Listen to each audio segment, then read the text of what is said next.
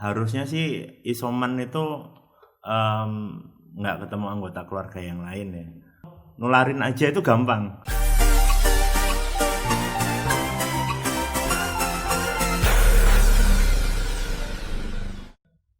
Ya, halo Sobat Times, kembali bersama saya Fitria di Time Podcast. Pada hari ini kita sudah kedatangan seorang tamu spesial, Dr. Dias Adi Pradana. Halo. Ya, selamat datang dokter. Selamat datang. Ini saya panggilnya Dr. Dias ya. Iya. Ya. Dr. Dias ini salah satu Satgas Relawan COVID-19 dari PMI Surabaya, Dok ya. Iya. Ya. Dok, sebenarnya seperti apa sih kegiatan dari Satgas Relawan COVID PMI selama pandemi ini? Jadi pada dasarnya PMI Kota Surabaya itu kita melakukan beberapa kegiatan. Kegiatan utamanya adalah supporting dari apa yang sudah dilakukan pemerintah. Cuman kegiatan dari PMI ini karena kita itu adalah relawan, jadi terutama kita turun untuk memberikan bantuan ke desa-desa target, kelurahan, RT RW, memberikan penyuluhan ke masyarakat.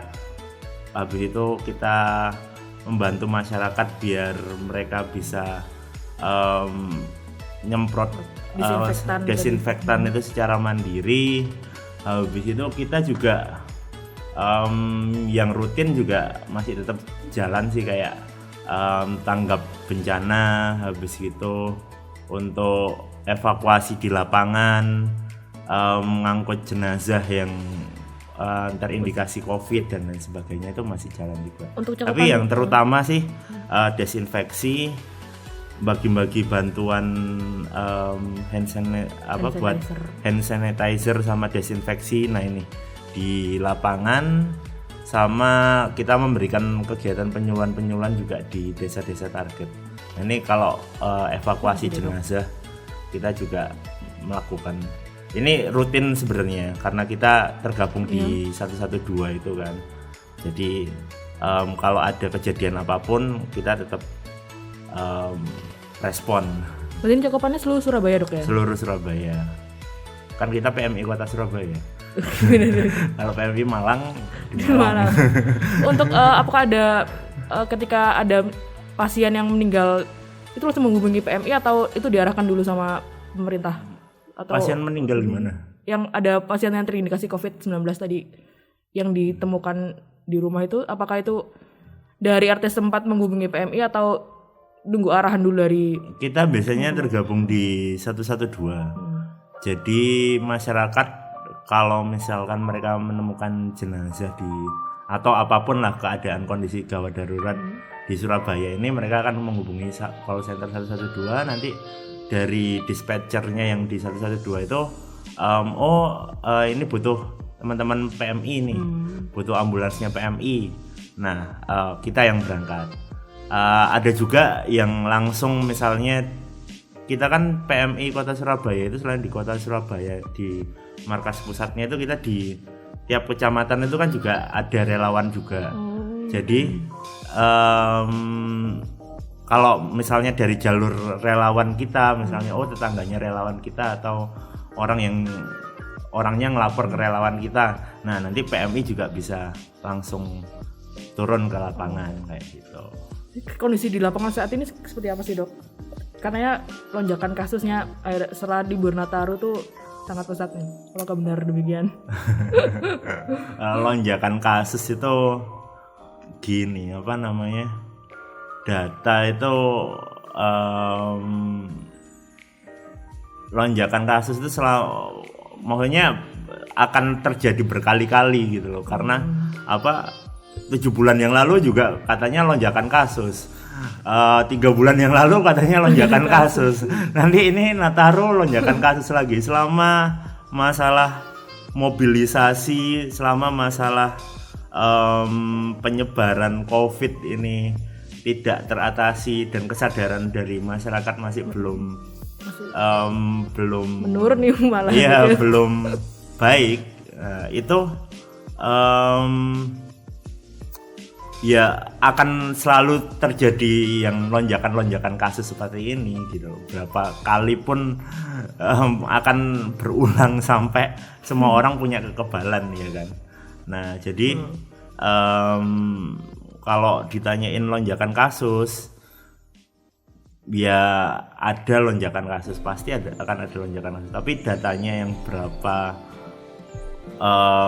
berapa banyaknya itu sebenarnya bukan kapasitas saya buat menyampaikan itu. Iya. Kondisi relawannya Salah bagaimana, baju Dok? nanti. Saya ganti baju dulu. Jangan Dok, harus di-cut nih berarti. Saya ganti baju dulu nanti. Kondisi relawannya bagaimana Dok? Apakah maksudnya selama pandemi Relawan, Heeh. jadi relawan PMI itu beda ya memang. Relawan PMI itu kan kita memang nggak dibayar. Relawan PMI itu adalah orang-orang yang mereka itu merasa dirinya ingin berguna untuk yang rasa kemanusiaannya gede ya. Kalau waktu SMA itu mungkin anak PMR itu yang bagian bantuin teman-temannya yang pingsan. yang pingsan waktu upacara itu kan nggak dibayar juga. Iya. Nah itu jadi teman-teman relawan itu semangatnya itu tinggi, dan karena motivasinya bukan karena materi, jadi ya semangatnya tinggi. Cuman memang kalau kita bekerja di bidang kesehatan seperti ini ya, itu mau nggak mau pasti akan kontak.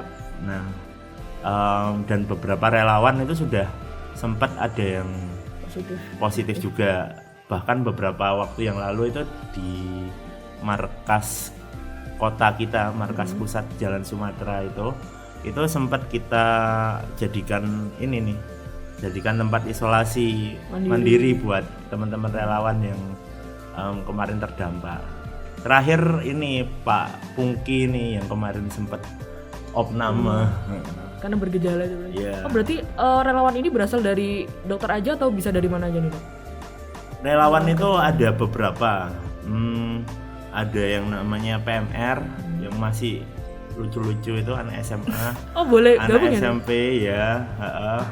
Habis itu ada KSR itu yang dari perguruan tinggi atau dari masyarakat umum kurang dari 35 tahun, atau orang-orang yang punya keahlian khusus kayak dokter, perawat, itu tergabung di TSR, tenaga sukarela. Saya TSR. Kalau yang turun ke lapangan tadi seperti jemput Itu semuanya. itu Bahkan bisa dari mana anak-anak aja SMA, itu? waktu saya penyuluhan di kampung-kampung itu anak-anak teman-teman SMA itu PMR itu ikut bantuan itu mereka. Wah. Ikut nyiapin itu anak kecil-kecil itu, jadi MC-nya, jadi pinter itu anak-anak. Oh, berarti ini siapa aja boleh ngikut bener Dok ya? Boleh.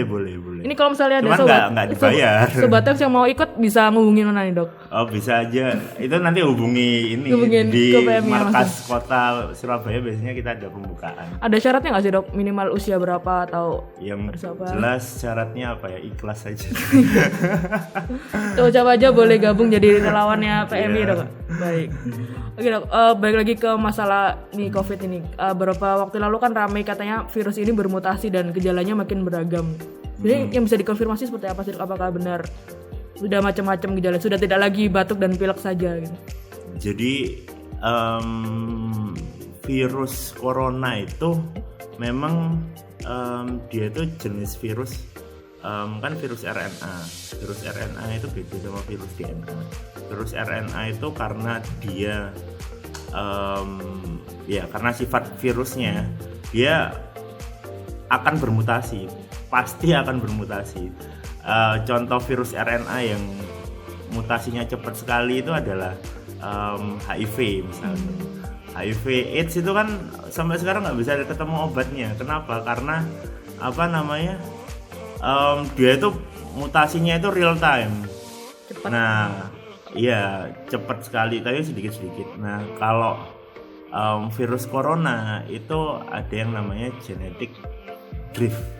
Genetic drift itu kalau naik mobil itu tiba-tiba handbrake-nya kita tarik, drag gitu kan, itu langsung drifting gini kan, langsung berubah. Awalnya ke arah utara, tiba-tiba langsung muter ke arah selatan. Nah, genetic drift itu yang menyebabkan pandemi. Kenapa? Karena dia secara total materi genetikanya itu berubah semuanya. Jadi memang virus corona itu mau nggak mau dia akan dalam periode tertentu dia akan berubah, dia akan bermutasi. Nah, mutasinya seberapa banyak? Kalau mutasinya full, dia akan bikin subtipe yang baru gitu. Tapi kalau mutasinya cuman sedikit-sedikit, nah mungkin bikin varian yang baru. Berarti tidak bisa diduga nih dok ya dia akan bermutasi seperti apa? Nggak bisa. Karena memang sifatnya seperti itu. Kan dia juga pengen hidup. Wah, makin yang denger makin serem nih dok. Ya, Jadi tindakan preventif yang bisa dilakukan masyarakat apa nih dok? Selama virus ini masih terus bermutasi. Tindakannya jadi sebenarnya kita itu ini sih yang terpenting itu adalah menjaga diri kita sendiri. Social distancing, pakai masker. Kayak gini nih saya menularkan droplet. Waduh. Enggak, saya udah di-swab kok. Dok. Pokoknya kekebalan tubuh kita kuat, insya Allah virus itu nggak akan masuk. Jadi olahraga teratur, wes di rumah aja. Nggak, kalau misalnya ngerasa nggak enak badan ya udah. Kalau nggak perlu amat nongkrong di warung ya jangan nongkrong di warung gitu. Atau ya memang susah sih memang karena ketika saya turun ke lapangan kemarin tuh memang itu terkait dengan mata pencaharian juga sih. Jadi banyak yang tidak bisa untuk stay di rumah aja tuh kan ini. Ya kondisinya kayak gitu memang. Kan ini rumah sakit udah pada penuh dok ya? Kalau rumah sakit itu full itu biasa. Maksudnya ya masalahnya itu gini, nularin orang, misalnya saya positif ya, nularin orang itu gampang. Maksudnya ada 1, 2, 3, 4, 5, 6, 10 orang di ruangan ini ya, itu nularin aja itu gampang. Misalnya saya positif, nularin ke 10 orang itu cepat. Tinggal saya nggak pakai masker kayak gini aja, 10 orang ketularan. Tapi untuk menambah bed di rumah sakit, menambah ICU di ruang ICU di rumah sakit, atau menambah dokter yang bisa menangani orang yang sakit, itu butuh waktu yang lama gitu. Nggak segampang nularkannya gitu. Jadi ya kalau selama ya itu masalah mobilisasi orang ini, selama masalah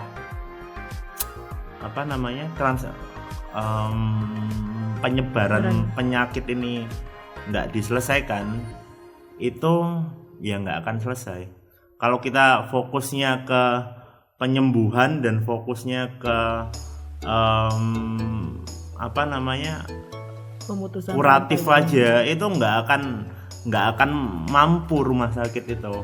Tapi kalau fokusnya itu kita di mengedukasi masyarakat, habis itu fokusnya untuk memberikan kesadaran ke masyarakat, ngobrol langsung sama masyarakat, win-win solutionnya gimana sih? Ya apa caranya biar jenengan nggak terlalu beresiko menularkan atau ketularan, tapi tetap bisa cari duit. Win-win solutionnya gimana nih? Nah itu nggak bisa kalau cuman dipikir di ruang rapat aja. Itu harus kita terjun langsung ke rumah masyarakat. Dan di masyarakat itu rumor itu udah macam-macam. Itu baru tahu kalau ketika kita turun ke masyarakat. Wah, waktu saya penyuluhan itu masyarakat ada satu RW gitu ya, satu RT gitu, yang dia begitu saya datang penyuluhan sudah mau udah mau ngajak bertengkar aja kan. Karena saya dikira PMI ini agen pemerintah gitu. Tapi begitu kita ngobrol enak-enakan, oh ternyata maunya kayak gini, oh akhirnya juga kita bisa nemukan win-win solutionnya kayak gimana gitu.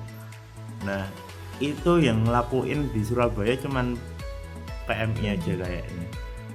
Jadi sebenarnya kita lebih kurang kepenyuluhan untuk yang terjadi lapangan langsung tuh dok ya. Sekarang semuanya mikirnya untuk diagnostik, rapid test, swab, semuanya mikirnya untuk gimana cara nambah ICU, gimana cara nambah bed di rumah sakit. Tapi yang ngomong langsung secara real ke masyarakat untuk menghentikan penyebaran itu belum ada, cuman lewat TV, cuman lewat woro-woro, poster dan lain sebagainya. Dan nggak semua orang percaya dengan media. Nggak semua orang seperti itu, apalagi medianya sekarang. Kalau Times bener lah, ya, bener, tapi kalau yang grup-grup WA aja, grup-grup WA tuh. Bapak-bapak itu yang kadang-kadang grup WA ini meresahkan dulu. Isinya ya kayak gitu sih. Lu penanganan mandiri seperti apa yang bisa dilakukan ketika ini saya tahu nih hari ini saya positif, apa yang saya lakukan selain isolasi mandiri, kan rumah sakit sudah mungkin tidak bisa ngatasin lagi gitu. Jadi kalau misalnya sakitnya parah, ya nggak bisa ditangani mandiri, harus ke rumah sakit cari dokter. Tapi kalau misalkan ketemunya itu karena misalkan jangan mau pergi ke luar kota atau mau ke mana butuh rapid test atau butuh swab, habis itu ternyata positif, jangan nggak kerasa gejala apa-apa, ya harusnya di rumah aja, makan makanan yang bergizi dan multivitamin, olahraga. Udah sih itu aja sih. Kalau isoman di rumah dengan keluarga yang tidak positif tuh aman nggak sih dok? Misalnya orang-orang yang negatif di bawah terus yang isoman tuh di lantai 2 gitu, masih bisa tertular nggak sih? Harusnya sih isoman itu nggak ketemu anggota keluarga yang lain ya. Tapi saya merasakan kemarin itu ini pengalaman pribadi saya. Satu rumah saya itu positif semua kecuali saya. Dokter yang bawa masa saya yang harus. Jadi mereka isolasi mandiri di rumah ya mau nggak mau, masa aku tinggal di mana? Tidur di rumah sakit ya sama aja. Akhirnya gimana dong? Ya udah akhirnya ya pokoknya itu selama diri kita itu kuat, ya olahraga rutin, makanannya dijaga, ya itu insya Allah inilah lebih aman, jaga diri aja yang penting. Ya lebih ke bagaimana menguatkan imun tuh dokternya. Ya itu ada yang kemarin imun apalah lagi satunya. Belum denger nih saya dok tentang yang imun nih. Imun ada tuh balihonya itu kemarin. Baru lagi ya. Terus banyak ini ya berita-berita beredar kalau misalnya minyak kayu putih ini bisa menangkal virus. Terus apalagi yang kemarin ada jeruk dibakar. Tuh bisa dikonfirmasi nggak sih dok? Apa itu cuman ya hanya berita? Sebenarnya gini sih, yang namanya kita manusia itu nggak ada yang tahu. Maksudnya ilmu kita itu terbatas. Jadi saya bukan orang yang skeptis terhadap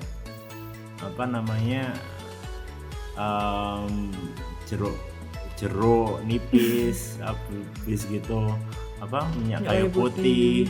Bisa aja karena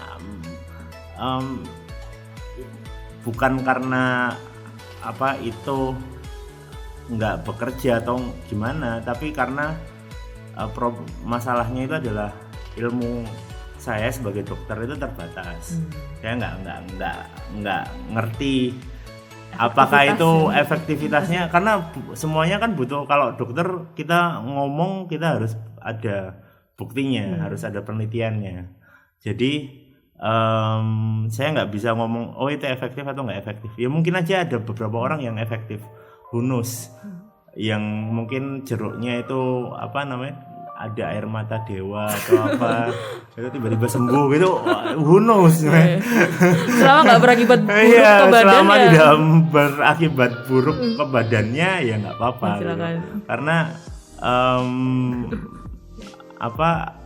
kalau memang antioksidan, jamu-jamuan dan lain sebagainya itu ya memang zaman dulu orang-orang sebelum ada dokter di Indonesia juga nenek moyang kita pakainya jamu-jamuan dan obat-obatan tradisional gitu loh.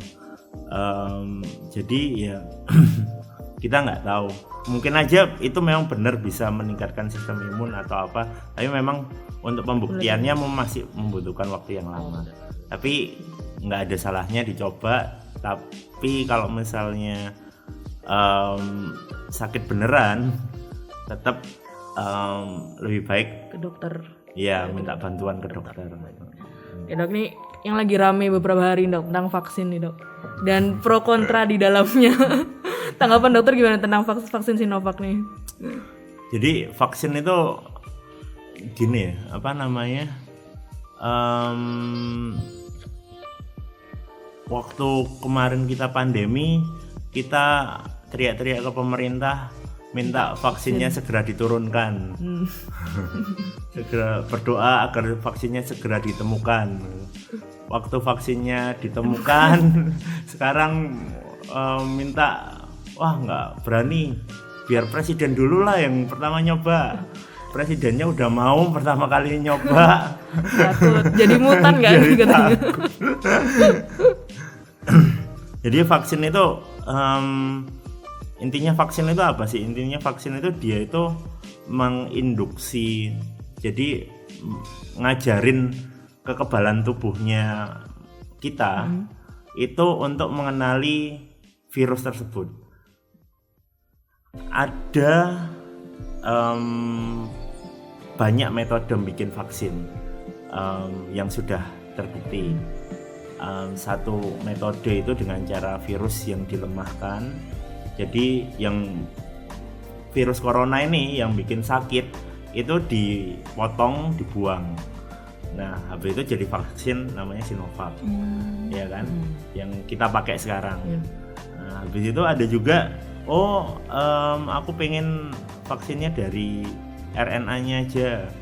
Nah, itu vaksin dari Pfizer sama Moderna. Habis itu kalau dari RNA-nya itu dari materi genetik RNA ini kayaknya kurang kuat. Dari DNA-nya deh. Nah, itu vaksin dari AstraZeneca. Jadi banyak metode, banyak approach-nya untuk membuat vaksin itu, cuman tujuannya sama, yaitu pengen ngajarin kekebalan tubuhnya manusia ini untuk mengenali virus corona. Kenapa sih harus diajarin? Karena mungkin saya kuat, saya berkali-kali di rumah sakit, reckless, APD-nya nggak lengkap, negatif-negatif aja. Tapi ada orang yang dia sudah pakai APD lengkap, di rumah aja, nggak ngapa-ngapain, tapi tetap tertular. Nah, kenapa kok bisa berbeda satu orang dengan orang yang lain? Karena kekebalan tubuhnya ini responnya beda.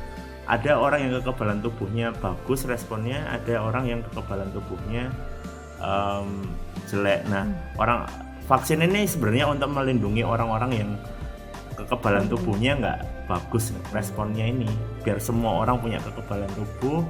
Jadi kalau ada kalau semakin ini teorinya, kalau semakin banyak orang yang kebal terhadap corona ini, maka transmisinya juga akan semakin menurun juga, kayak gitu. Tapi ini nggak semua orang bisa divaksin dok ya? Ada syarat-syarat tertentu? Ya, ada syarat-syaratnya. Biar kalau orang dengan AIDS gitu misalnya, itu ya divaksin walaupun dengan virus yang lemah sekalipun ya pasti akan manifestasi, karena dia juga nggak punya sistem kekebalan tubuh, ya kan? Atau orang-orang rentan yang lainnya. Oke dok. Dok, Oke. terakhir nih. Kalau makin dibahas makin nggak kelar, bisa 2 jam nih, Dok. Iya. Ini kita tutup dengan mungkin dokter ada pesan untuk masyarakat tentang Pesan apa? pandemi seperti kali ini. Orang-orang harus apa yang harus dilakukan selama pandemi ini, kan kita masih belum tahu kapan akan selesai. Ya tetap sehat aja.